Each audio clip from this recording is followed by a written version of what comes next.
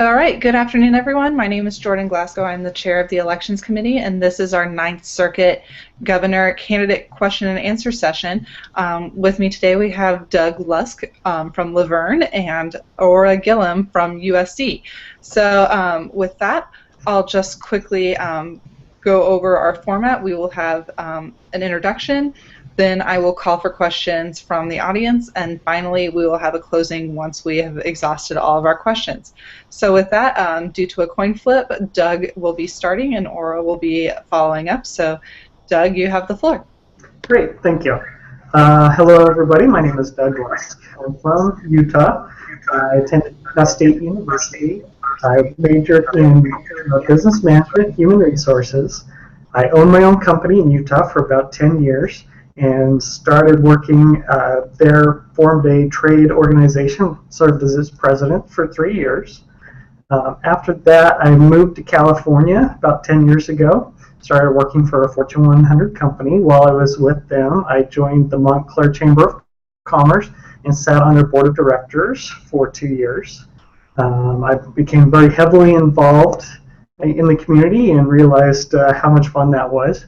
As I started law school a little while ago, I started getting really involved on the national level. I became president of the National Society for Legal Technology. That landed me a spot at the Conference on Educating Tomorrow's Lawyers in Denver for the University of Denver. It was a lot of fun getting to talk about issues that law students face and how to overcome those challenges. I work on a national level to promote legal technology education as part of the law school curriculum. So I meet with law schools across the nation and try and encourage them to find ways into working legal technology into their everyday classes. So while I also do that, I try and promote soft core skills and get the schools to work on promoting leadership, responsibility, professionalism, skills like that, things that they're going to need after they pass the bar and getting ready for practice. Thank you. Great, thank you so much, Doug. And now I'll turn it over to Aura. So Aura, you have the floor. Once I can unmute you. You're muted, hang on. Hello everybody, my name is Aura Gillum.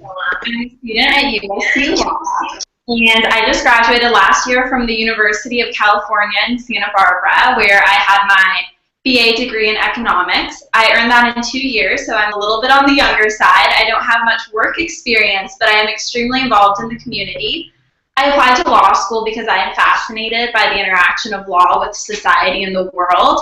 And I applied to this position because I am fascinated by the way that the law interacts with people who practice it. I am currently involved in the community in many ways, including with the Los Angeles Public Interest Law Journal, which is an effort with many schools across the Ninth Circuit. So I have experience working with students from all of the schools. I am involved with Dog Without Borders, which is an organization promoting animal rights in Los Angeles. And I've been working with the UCSB and the USC Disabled Student Services programs to make education more accessible for students with disabilities. I was also a Girl Scout, and I earned my Gold Award in promoting education about drug use and sexual abuse in young women across the country and how to combat that. So I have a lot of experience working with people of both my age and of people of different levels of responsibility, and I would really love to have this opportunity to work with you guys. Thank you. Thank you. Great, thank you so much. So with that, I'm going to make a call for questions. All of our questions can be seen by our candidates, and they'll be filtered by me. So if you have a question, feel free to post it in our question and answer panel, and we'll get to it as it approaches. So with that, I just want to start by asking, what are your visions for the law student division, and how do you see yourself impacting the law student if you are to be elected? So Doug, I'll start with you. Sorry, am I unmuted now? Yeah. Okay. Sorry. Yeah, so I see myself continue on to promote legal technology integration in with the law school curriculum. I believe there is a big gap from the point that law students graduate and them being actually ready to practice law. And so that's something that needs to get better. We need to see improvement, and it's only going to come by raising awareness as to what that gap is. So many of the law schools focus solely on bar pass rates, which is hugely important. Don't get me wrong, that is a good focus, but we also need to realize what happens after we do pass the bar, that life is going to continue, and that's a very important stage to go. And so I would continue to advocate for that type of curriculum involvement. Great. And Aura, if I can unmute you. I would like to encourage communication between law students and entities outside of law. So I think it would be important for students to have space time with people practicing law in the area. And then this helps with funding, but we also have the kind of work that they're doing in practice. So I think the biggest thing is communication and face. Great, thank you. So with that, we'll move on to our next question. How do you think the Law Student Division can better serve law students? Doug? I believe getting students involved is a very important thing.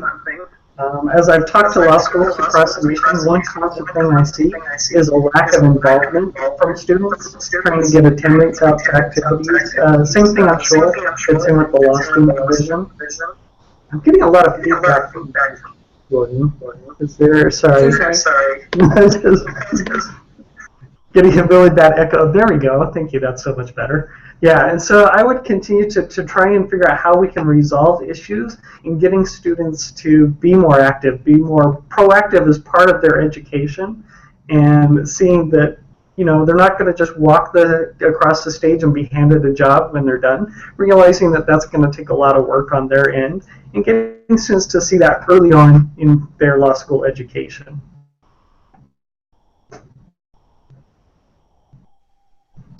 Aura, you're up. Hi.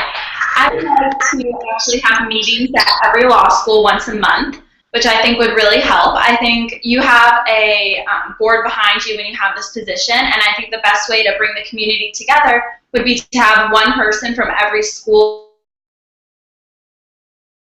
at their school every single month that would encourage people to get involved, so then we could hear students' voices, hear what they need, and when we know what they need, we can provide that for them. Because the biggest issue is always communication. We don't know what students need if we don't have an opportunity for them to ask. And law students are extremely busy, so it's easiest if you go to them. So if I have the opportunity to go once a month and speak to students at different schools, I would know what the circuit needs.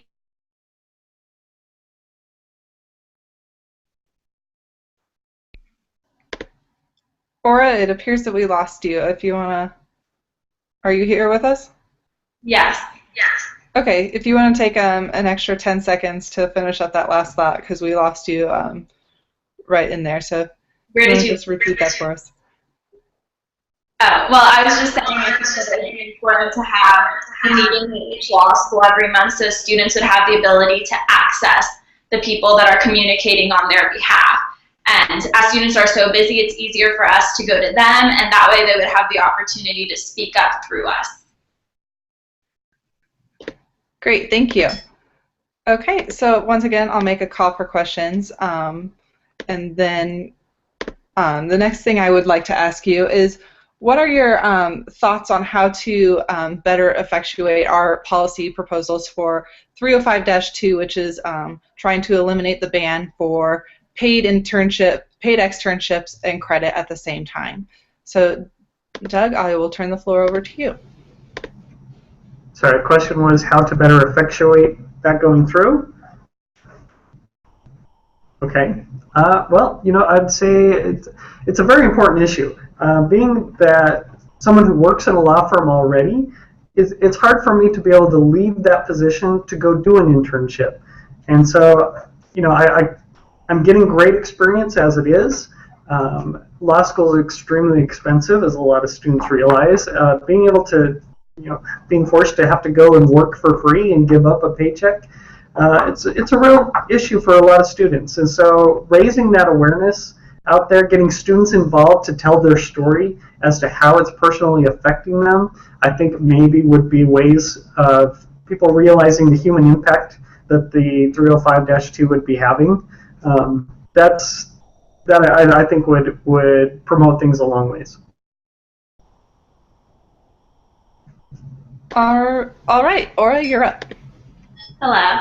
I think that the best way to do that would be to go through the Student Affairs Office, because you would definitely need the backing of some sort of administrative organization. So I think that if you could get students together to either sign a petition, to submit short paragraphs, like Mr. Luss suggested, detailing their stories, have some kind of photo montage of the experience of living without a paycheck going through law school, it would be a very powerful image that you could send forward. And I think law schools want to help us, administrators want to help us, and so the biggest thing is communicating our needs to them. And I think that there are many ways to do it, and I think that I would start with some kind of petition or writing sample from students. Great, thank you so much. So the next question I have for you is the UBE, which is the Uniform Bar Exam, was recently encouraged by the ABA through Resolution 109 to be adopted by all states in the U.S. So how do you think we should best go about, now that the ABA at the national level has endorsed this, to encourage other states to adopt the UBE? Doug, you're up. Thanks. I think one of the ways is to show the states the positives to what this would bring about, instead of them seeing what they're giving up or losing in getting rid of their own bar exam and moving to the UBE. So showing similarities is what I would encourage. Positives that could come from it, maybe lawyers moving into the state, maybe lawyers who are training in the state, taking the bars and then moving out. Kind of seeing a more, things that show them what the positives are of moving to this. Instead of, they may always see it as, well, what we have right now is working, so why change? That seems to be always strong. Or we're raising, California's known for the hardest bar. They're going to go, okay, why are we wanting to drop that? Why should we drop it down and go with a uniform versus having our high standard that we have right now? They just need to see kind of the face to it, reasons why, similarities, positives.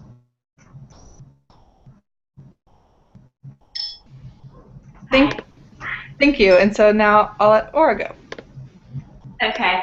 I think the most important thing is reframing the issue. So rather than approaching it as we're asking you to give up your bar and take on this uniform bar exam, we should frame it as the law as a profession is moving forward into a more global practice. And we need to know that as America interacts with firms all around the world, that we're presenting a unified, not only front, but quality of service. Thank you. Thank you. So the next question I have comes from one of our board members currently, and he wanted to know what are some of the membership benefits that you would like to see the Law Student Division give to law students to better effectuate membership. So Doug, I'll pass the floor to you. Well, as a student, there's always need for health care. I know the ABA does do a lot of discounts where lawyers, solo practice lawyers, can kind of buy health insurance through the ABA. I think that would be a great service to pass on to students, allow them to join into the healthcare system that the ABA offers through their discount program. I think that would be a great service.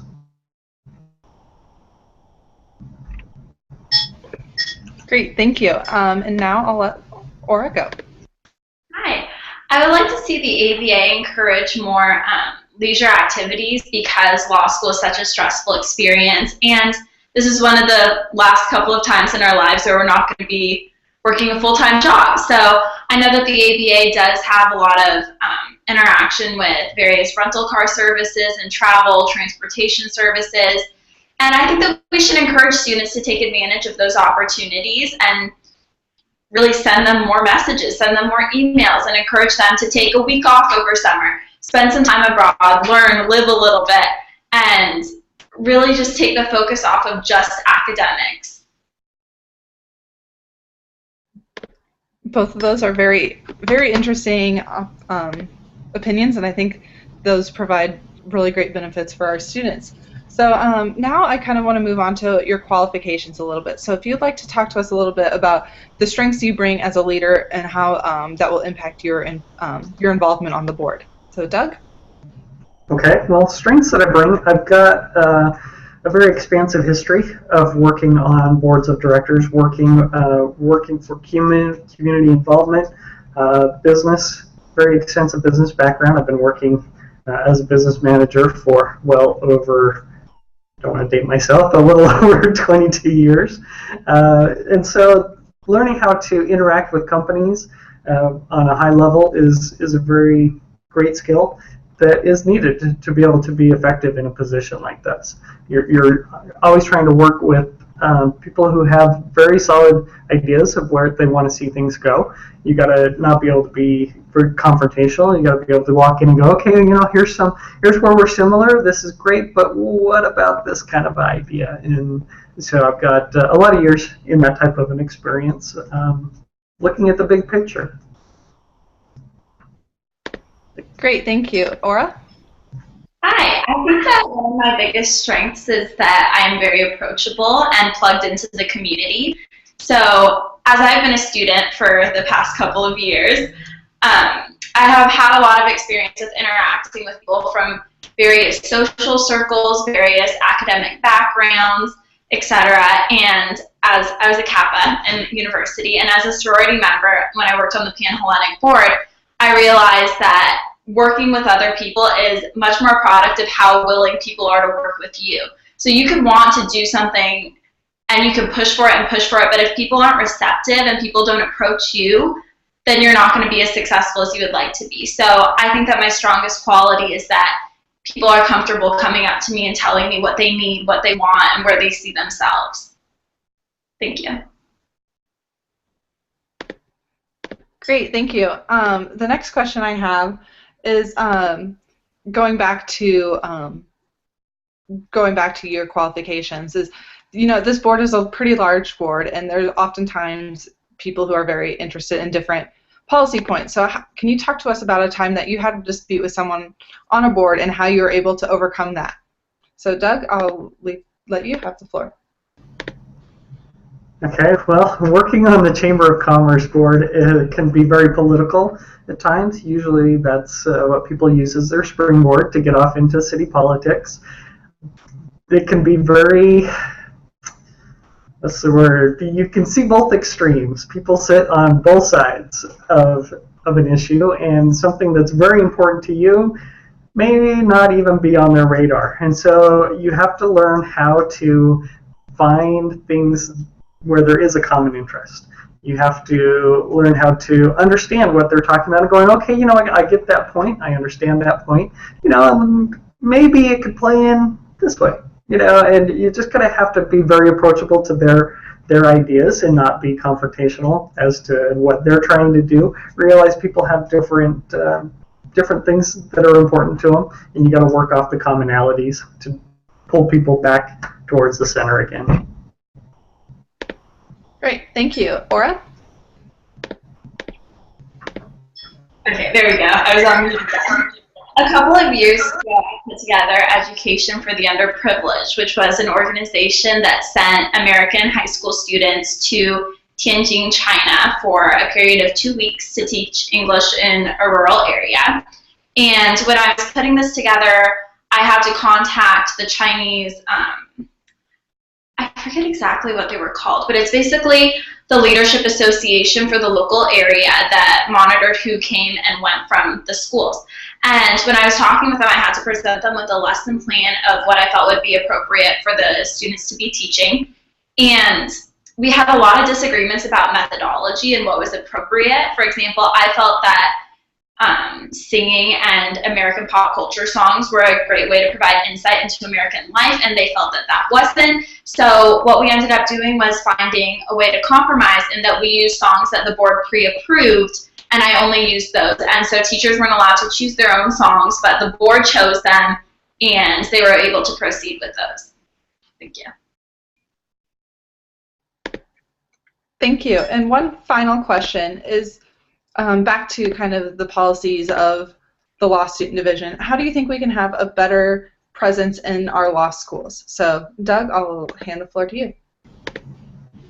Okay, well, I think you need to get out amongst the people a little bit more. Maybe if the representatives the governors were a little bit more visible, got out on campus visits more, got out amongst the people that they're there to represent and to help make decisions for, awareness really would go a long ways. So many students just really are completely oblivious to what's happening outside of their own school and on a big picture. And so that's communication. Communication is going to be a big factor, would take us a long ways in getting towards the students being involved. Thank you. Aura? Okay.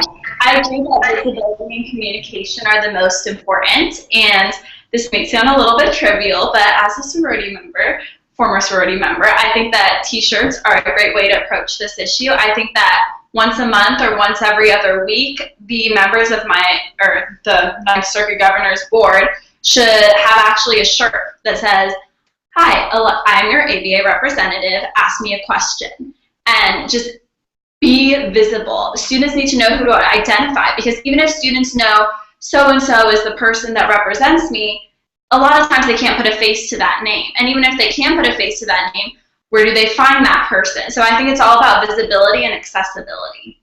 Thank you. Great. Thank you so much, both of you. As we can see, we have two very qualified and energetic candidates who bring a lot to the table. And so with that, I'd like to kind of wrap this up with closing statements. So, Doug, you have the floor. Okay. Thanks, Jordan. I'm very pleased with everything that we've been able to get to talk about today.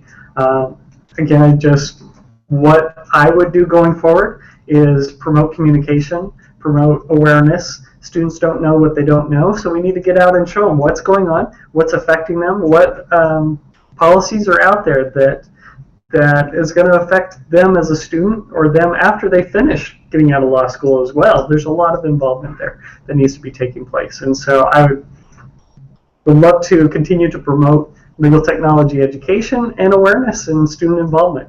Thank you. Thank you. And Aura? So first, thank you both for your time today, and to the audience for their time. As we proceed forward, I think the most important thing is getting law students to talk to us. And there is nothing more important than communication. There's nothing more important than accessibility. There's nothing more important than the community as a whole. So I would just really like to stress that I want to be involved with every school. I want every school to be involved with each other. I want an integrated board. I would like to see the community of students come together, both in the position, in the board, and as a whole. So I think the most important thing is seeing our community come together. Thank you.